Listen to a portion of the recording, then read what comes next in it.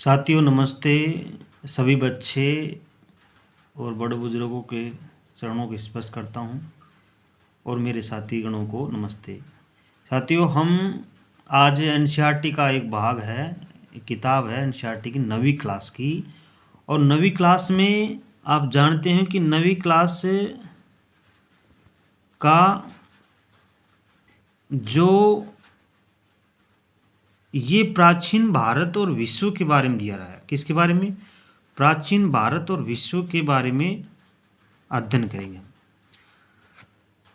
बच्चों। आज जो प्राचीन भारत और विश्व के बारे में अध्ययन कर रहे हैं, एक्चुअली क्या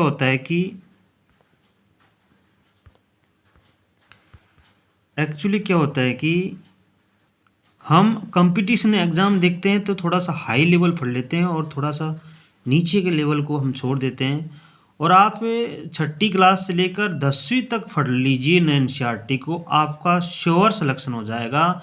जितना भी क्वेश्चन आते हैं वो एनसीईआरटी के आधार पर ही आते हैं। तो साथियों हमारा जो अध्ययन है पार्ट नंबर 3, और पार्ट नंबर 3 में जो पार्ट नंबर 3 है इसका नाम है, एक मिनट रुको, एक मिनट हाँ अब देखो साथियों, इस जो पार्ट का नाम है प्राचीन भारत और विश्व। प्राचीन भारत और विश्व, देखो इसमें क्या लिखा। पहले प्राय यह माना जाता था कि प्राचीन काल में भारत का दुनिया के दूसरे देशों से कोई संबंध नहीं था। समझ तो आ गया होगा आपके। लेकिन पुरातत्व के इतिहास से संबंध रखने वाली खोजों से अब यह स्पष्ट हो गया है कि प्राचीन भारत की सिंधु सरस्वती सभ्यता से लेकर 10वीं शताब्दी ईस्वी तक भारत का दुनिया के दूसरे देशों से घनिष्ठ व्यापारिक सांस्कृतिक संपर्क तो रहा होगा। यानी किनसे हमको जानकारी मिलती है कि सर व्यापारिक भी संबंध था और सांस्कृतिक भी संबंध था। जानकारी कौन देता है? प्राचीन काल की जितना भी सभ्यता काल है, जैसे सिंधु घाटी सभ्यता, हड़प्पा सभ्यता, सरस्वती सभ्यता, इनसे ही तो हमको मालूम चलता है कि दूसरे देशों के साथ कुछ न कुछ तो संबंध रहा होगा। सिंधु सरस्वती सभ्यता से लेकर गुप्त वंशीय सम्राटों के समय तक मिस्र, मेसोपोटामिया, यूनान, रोम आदि पश्चिमी देशों के साथ भारत के व्यापारिक और सांस्कृतिक संबंध थे।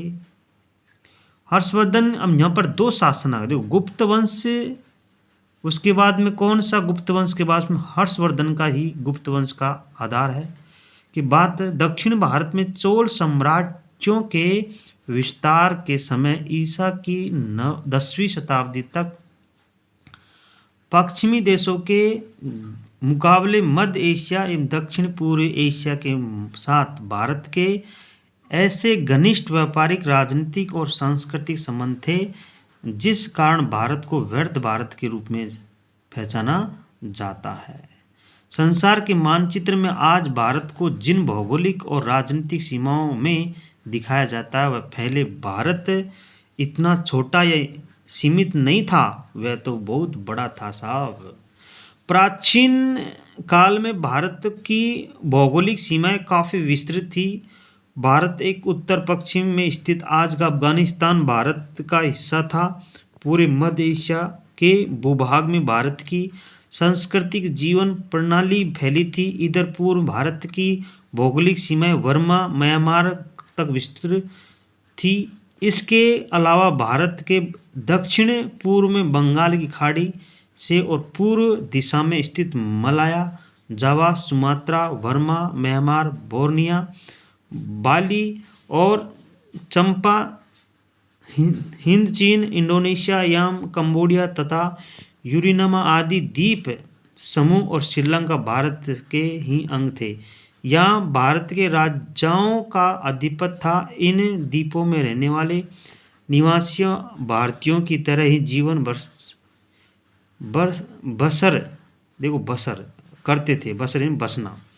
तब प्राचीन काल में लेकर लगभग 10वीं शताब्दी तक वास्तविक स्थिति यह थी कि भारत के पश्चिमी में मध्य एशिया के भूभागों से इधर पूर्व बर्मा और दक्षिण पूर्व एशिया द्वीप समूह तक, उत्तर में तिब्बत, उत्तर में कौन सा है? तिब्बत है, से लेकर दक्षिण में श्रीलंका तक के भूभाग में भारतीय जीवन लहराता था।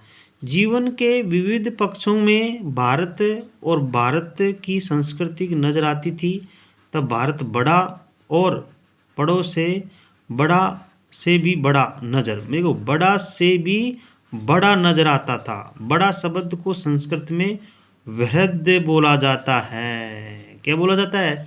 वृहद बोला जाता है। क्या बोला जाता है बच्चों? बड़े शब्द को क्या बोलते हैं हम? वृहद बोला जाता है। इसलिए इतिहासकार एशिया के इस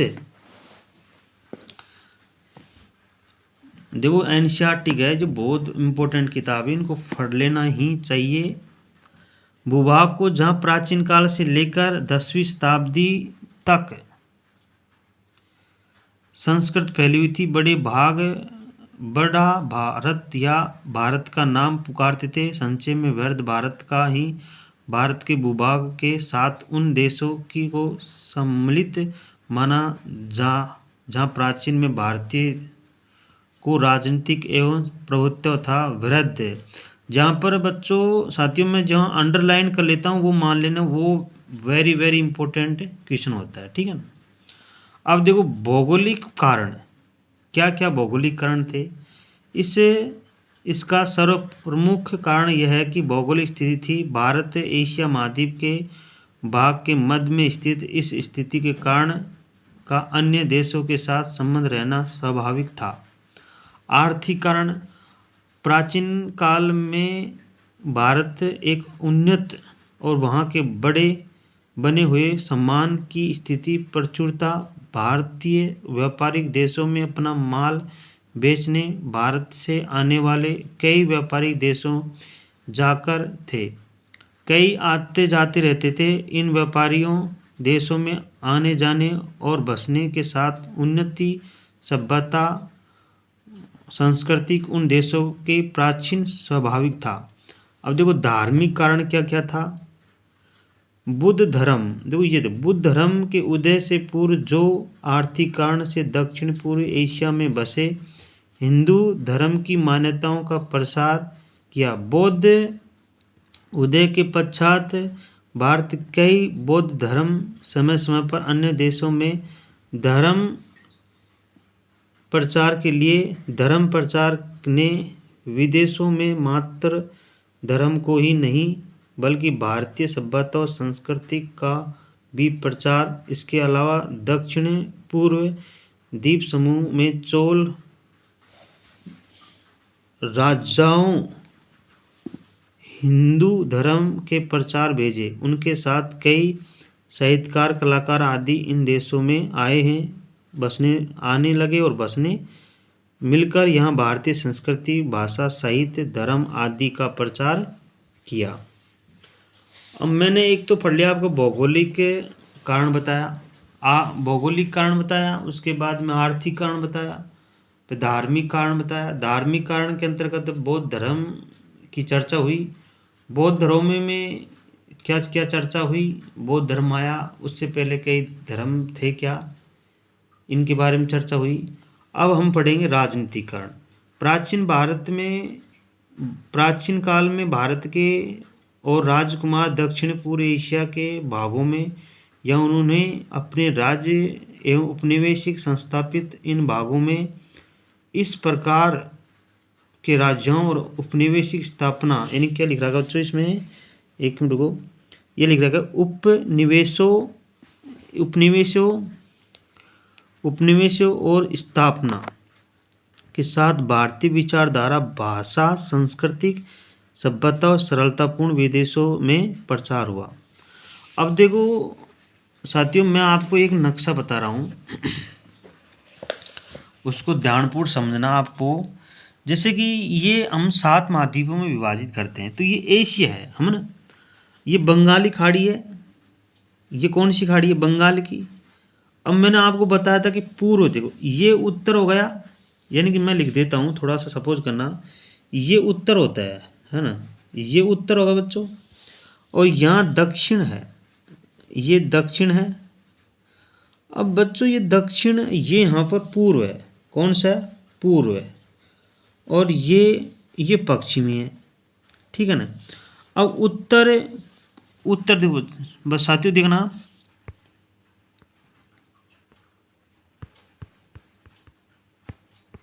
एक मिनट रुको, एक मिनट।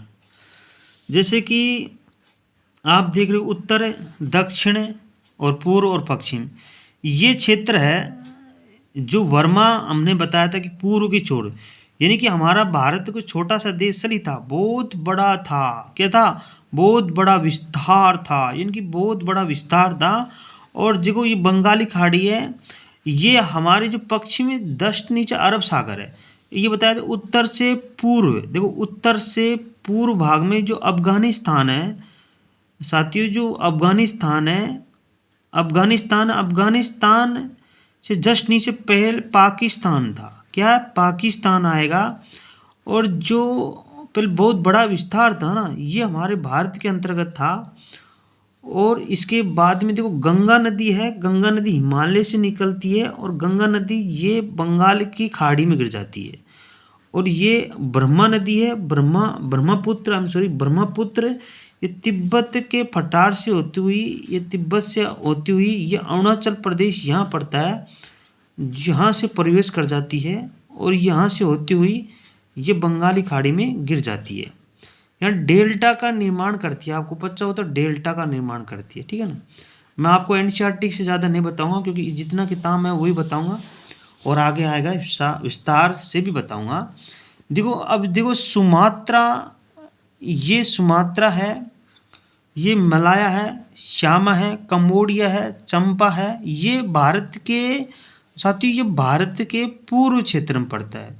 देखो चीन का विस्तार कहाँ से कहाँ तक है, ये देखो, पहले क्या एनसीईआरटी में है, जो आपको वही बता रहा हूँ मैं आपको। जैसे कि लाल सागर है, बगदाद, पर्सिया नदी, ये हमको आपको मैंने अध्ययन करा दिया। ये श्रीलंका, ये हिंद महासागर है। दक्षिणी क्षेत्र में कौन है बच्चों, साथियों, ये दक्षिणी क्षेत्र में हमारे कौन सा है, हिंद महासागर है। कौन सा महासागर है, हिंद महासागर है, ठीक है ना। देखो ये भारत कैसा, वृहद भारत, वृहद यानी तो बड़ा, और संस्कृति में बढ़ा का मतलब क्या होता है, बढ़ा का मतलब होता है, बढ़ा का मतलब होता है वृहद, वे बहुत बड़ा, कैसा बड़ा, बहुत बड़ा। तो इसीलिए हमारा जो बढ़ा का मतलब क्या होता है, वृहद, ठीक है ना। अब देखो हमारा दूसरा, अब पकड़ लेते हैं। अब देखो मैं तुम्हारे लिए एनसीईआरटी का अच्छा चैप्टर लेकर आऊँगा डेली। आप इस क्लास को लाइक भी करना, थोड़ा सा कुछ दोस्तों को शेयर भी कर देना। देखो अब क्या लिख रहा है, इन सभी कारणों की पृष्ठभूमि में भारतीय सभ्यता और संस्कृति का मध्य एशिया एवं उत्तर पूर्व तथा दक्षिण पूर्व, देखो ये सपोज करना, ये उत्तर होगा, ये दक्षिण, ये पूर्व, और ये पश्चिम होगा, ठीक है ना। और इसमें लिखे एशिया महाद्वीप के, देखो सकते हो, एशिया महाद्वीप के उत्तर पूर्व और दक्षिण पूर्व, यानी ये क्षेत्र है, इस क्षेत्र के बारे में अध्ययन हो रहा है। मध्य एशिया, अब हम किसी कौन से एशिया महाद्वीप कौन से भाग का अध्ययन करेंगे हम, मध्य एशिया। कौन सा, मध्य एशिया। प्राचीन काल में सांस्कृतिक दृष्टि से मध्य एशिया का प्रदेश भारत के पूर्व प्रभाव में था। इस प्रदेश के खोथान, कुछा, काराशहर, तुर्फान आदि स्थान भारतीय संस्कृति के प्रमुख केंद्र थे। इन प्रदेशों में हुई पुरातात्विक खुदाइयों में निकलने वाले अवशेषों, मूर्तियों, भित्तियों चित्रों तथा यहाँ के प्राचीन साहित्य में वर्णित कथाओं और राजाओं के नामों आदियों से स्पष्ट ज्ञात होता है। इन भागों में भारतीय धर्म, भाषा, लिपि, कलात्मक प्रवृत्तियों का अत्यधिक प्रचार था। खोथान भारतीय सभ्यता और संस्कृति का बहुत बड़ा केंद्र था। क्वेश्चन बहुत इम्पोर्टेंट है बच्चों, खोथान का है, यूँ पूछ लेगा कि खोथान क्या है, खोथान का है, तो क्वेश्चन में आपसे पूछेगा खोथान एक सभ्यता है, खोथान एक सांस्कृतिक है, खोथान एक बड़ा भाग का केंद्र है। इनमें से कौन कौन से हैं तो हमको बताना है। खोथान भारतीय सभ्यता और संस्कृति का बहुत बड़ा केंद्र था। ये अंडरलाइन कर लो, सब के सब अंडरलाइन कर लो। यहाँ बौद्ध धर्म की महान यान शाखा, तो बच्चों बौद्ध धर्म के दो शाखा हुई है, एक महायान और एक नयायान। तो महायान शाखा के अनुयायियों अत्यधिक संख्या में रहते थे। तो कहाँ रहते थे?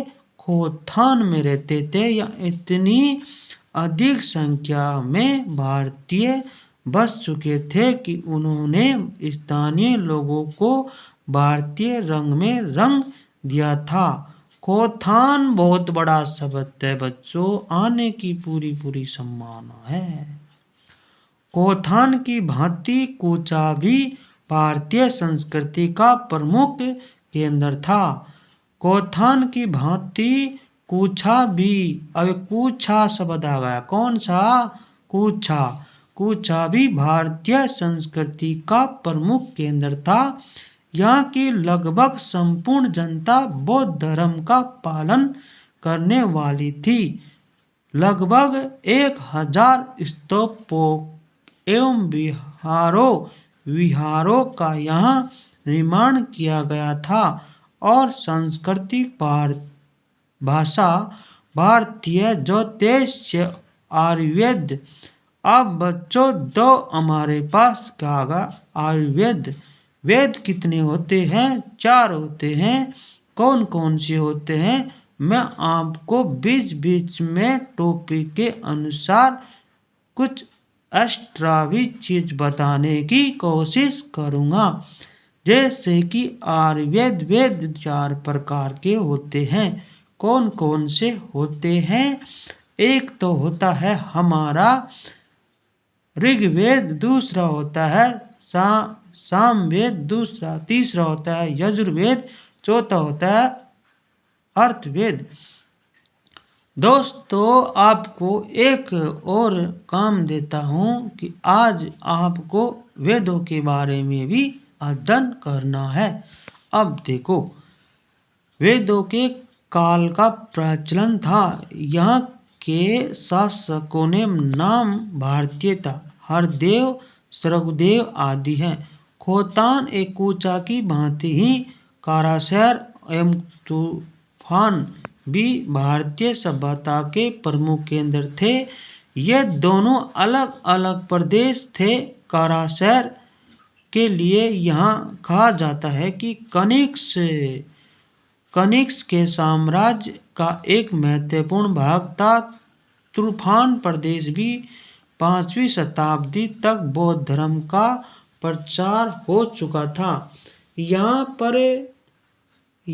पर हुई खुदाई में बौद्ध विहारों, स्तूपों और मूर्तियों के अवशेष प्राप्त हुए हैं, जिनसे इस क्षेत्र में भी भारतीय सांस्कृतिक और सभ्यताओं के प्रभाव का ज्ञान होता है। 8वीं शताब्दी में जब से इस्लाम ने यहाँ प्रवेश किया तो वहाँ से भारतीय सभ्यता एवं संस्कृति बड़ी तेजी से लुप्त हो गई। अब साथियों मैं आपको अफगानिस्तान के बारे में बताऊंगा। देखो ये एनसीईआरटी की जो बुक होती है, इनमें जो चीज़ दे लिखी रखी है वो इम्पोर्टेंट होती है, और जो एग्ज़ाम में लेने वाला वो इनमें से ही ज़्यादातर देता है। मेरा विश्वास कीजिए आप, यदि आपने ये वीडियो देख भी ली ना और आपका जो क्वेश्चन आ गया तो आप सही करने की कोशिश करेंगे। कुछ समय के लिए आपका मन मत विचलाइए, ये वीडियो पूरी देखिए और कुछ ना कुछ तो मिलेगा, ये तो हो नहीं सकता। देखो अफगानिस्तान, आपको बताया था मैंने अफगानिस्तान के बारे में कि अफगानिस्तान का जो भाग था, एक मिनट रुको, अफगानिस्तान का जो भाग था, अफगानिस्तान का जो भाग था जो उत्तर से पश्चिम क्षेत्र में था। प्राचीन काल में अफगानिस्तान तो भारत के ही एक अंग था। कौन सा काल में एक अंग था? प्राचीन काल, ऋग्वैदिक काल में भारतीयों की बस्तियों यहाँ फैली हुई थी। मौर्य काल में भी अफगानिस्तान भारतीय साम्राज्यों का अंग था। यानी कि जब हमारा जो मौर्य काल था उस समय अफगानिस्तान हमारे देश का क्या था? अंग था। वास्तुत प्राचीन काल में अफगानिस्तान उत्तर भारत का एक भाग था, जहाँ के लोग मध्य भारत की भाषा बोलते थे। बौद्ध धर्म यहाँ फला फूला था। बौद्ध धर्म के अतिरिक्त यहाँ हिंदू धर्म का भी बड़ा प्रचार था। चीन और भारत के प्राचीन संबंधों का उल्लेख महाभारत, मनुस्मृति और कालिदास के अभिज्ञान शकुंतलम, ये अंडरलाइन कर लो साथियों की मनुस्मृति तथा कालिदास के, देखो महाभारत, मनुस्मृति तथा कालिदास के अभिज्ञान शकुंतलम, ये क्वेश्चन आ भी गया, कोई ना कोई एग्जाम में आ गया। क्वेश्चन अभिज्ञान शकुंतलम है क्या? एक नाटक है भाई, नाटक नहीं करना है, नाटक से प्रकट होता है। किंतु ईसा की पहली शताब्दी धार्मिक एवं सांस्कृतिक दृष्टि से चीन और भारत का आदान प्रदान प्रारंभ हो गया था। लगभग 65 ईसा में चीनी सम्राट मिंगती धर्मरत्न था। मातंग नामक 2 बौद्ध भिक्षुक को भारत से चीन ले गया। कौन ले गया था? मातंग नामक 2 बौद्ध भिक्षुओं को भारत से चीन ले गया। बौद्ध धर्म का चीनी भाषा में अनुवाद करते रहे। चीन में बौद्ध धर्म के व्यापक प्रसार के साथ भारतीय स्थापत्य कला, मूर्ति कला एवं चित्रकला का अधिक प्रभाव पड़ा। भारतीय गणित, ज्योतिष, चिकित्सा एवं संगीत का भी यहाँ काफी प्रचार हुआ। चीन कई बौद्ध मंदिर एवं गुहा मंदिर बनाए। भारतीय चित्रशैली का अनुसरण कर कई भित्ति चित्र बनाए गए।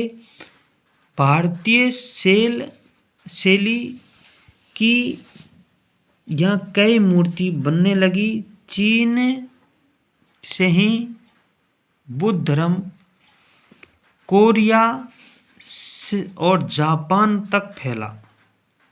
तिब्बत, देखो साथियों अब तिब्बत के बारे में अध्ययन करेंगे हम। तिब्बत किसके बारे में? तिब्बत के बारे में अध्ययन करेंगे। किसके बारे में? तिब्बत के बारे में अध्ययन करेंगे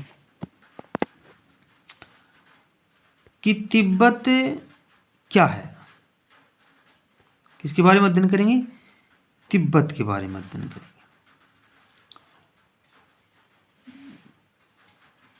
तिब्बत के बारे में अध्ययन करेंगे कि, एक मिनट रुको,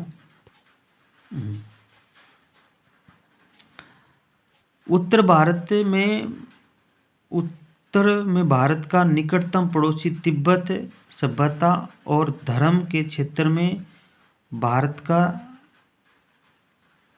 ऋणी है। तिब्बत के श्रोसांग नेफो। अब दोस्तों मैं ये यहाँ से जो तिब्बत का भाग है उसको कल हम पूरा करेंगे। Thank you. ये वीडियो कैसी लगी कमेंट में बताना, और अच्छी लगी तो लाइक करना और शेयर करना दोस्तों के साथ। आपके दोस्त भी देख लें, आपका बहुत बड़ा आभार होगा। ओके।